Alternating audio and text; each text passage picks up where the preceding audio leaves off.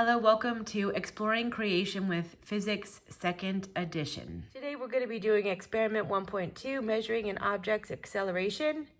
Let's make sure we have all the supplies. Safety goggles, a stopwatch, a pile of books between 18 and 27 centimeters thick, a wooden board about a meter long. Any long flat surface that you can prop up on one end will work. It just needs to be as smooth as possible. A pencil, or really anything that you can use to mark the board, a ball that will easily roll down the board, a few extra books, masking tape or electrical tape, and an uncarpeted floor. So here we go. These are all of the supplies needed. And then there is our uncarpeted floor.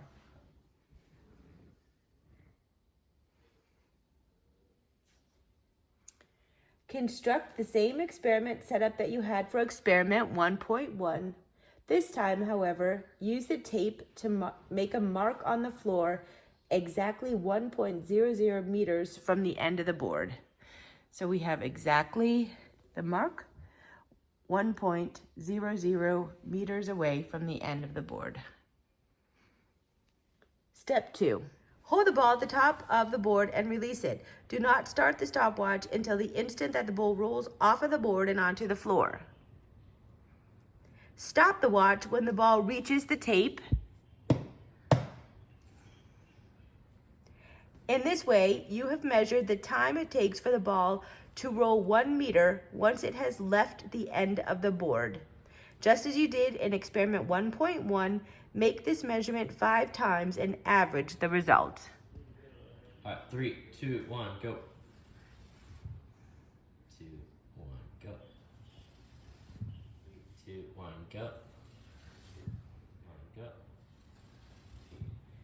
1, go. Here is the data from the first round. Take that average and divide it into 1.00 meters. This measures the average velocity of the ball once it rolls off of the board. If you think about it, the ball rolls down the board because of gravity. We'll discuss that subject several times throughout this course, so I don't want to talk about gravity itself in depth at this time.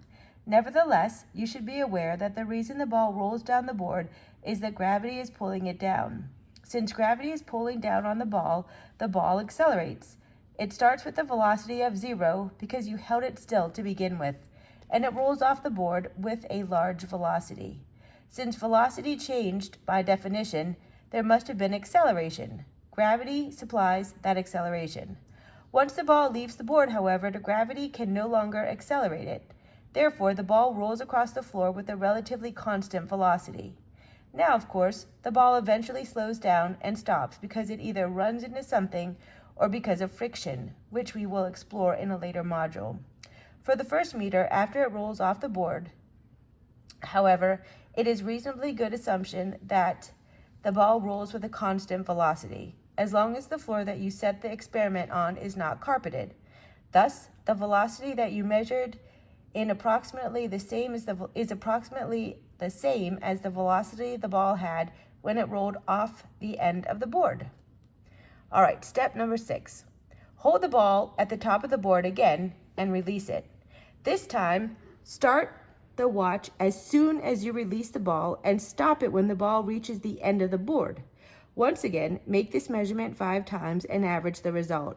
Do not calculate any velocities. You are only measuring time in this portion of the experiment. We go all the way.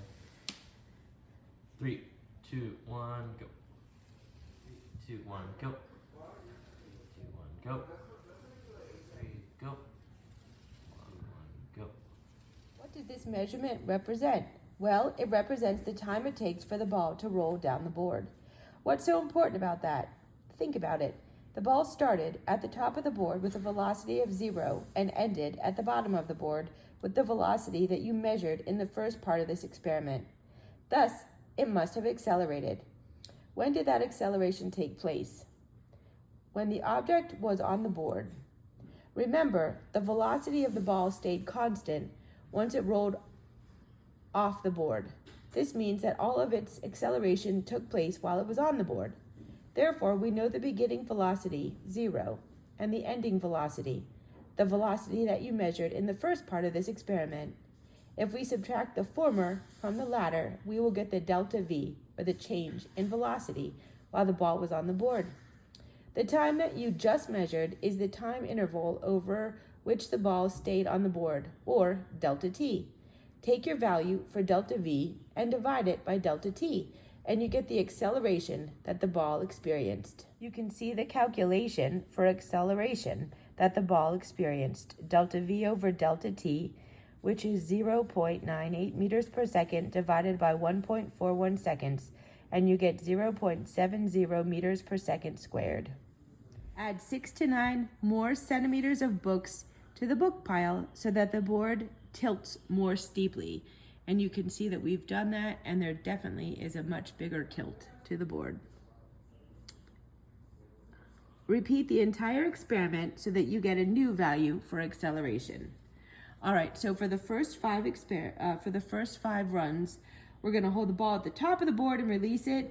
Do not start the stopwatch until the instant the ball rolls off of the board and onto the floor. Stop the watch when the ball reaches the tape. So end of board to the tape this time. We're gonna do that 5 times. Ready? 3, 2, 1, go. 2, 1, go.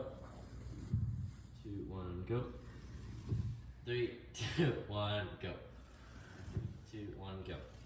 Here is the data for that round of step 8. Now we're doing the second half of that. We are going to, let's see. No. Hold the ball at the top of the board again and release it. This time, start the watch as soon as you release the ball and stop it when the ball reaches the end of the board. Once again, make this measurement 5 times and average the result. Whenever you're ready.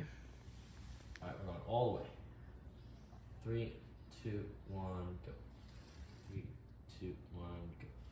2, 1, go. 2, 1, go. 2, 1, go. You can see our acceleration for step number 8 of those rounds. We have the acceleration as 1.5 meters per second divided by 1.67 seconds, which gives us 0.90 meters per second squared for that portion. Lastly, we need to add another 6 to 9 centimeters worth of books to the pile and repeat the experiment one more time to get yet another value for the ball's acceleration. Hold the ball at the top of the board and release it. Do not start the stopwatch until the instant that the ball rolls off of the board and onto the floor. Stop the watch when the ball reaches the tape, and in this way you have measured the time it takes for the ball to roll 1 meter once it has left the end of the board. All right, ready? 3, 2, 1, go. 3, 2, 1, go. 2, 1, go. 1, go. 2, 1, go. You can see the data that we got for round 1. We're gonna go ahead and collect the data for round 2. We're gonna hold the ball at the top of the board again and release it. This time, start the watch as soon as you release the ball and stop it when the ball reaches the end of the board. Go ahead. 3, 2, 1, go. 2, 1, go. 2, 3, go. 2, 1, go. 1, go. Here is the final data for step 9. The fan is blowing. All right, so now that you have completed the experiment, compare the 3 accelerations that you measured. The first one should be the smallest, the second one should be larger, and the third one should be the largest. So let's see what we have here. The first acceleration we calculated was 0.70 meters per second squared. The second was 0.9 meters per second squared. And the third was 2.4 meters per second squared. So we did good. That should not surprise you. As you increase the tilt of the board, gravity can pull the ball along the surface of the board more effectively, and as a result, the ball's acceleration increases. This makes the ball travel along the board more quickly so that it has a greater velocity when it reaches the end of the board. And that's what you saw in this experiment.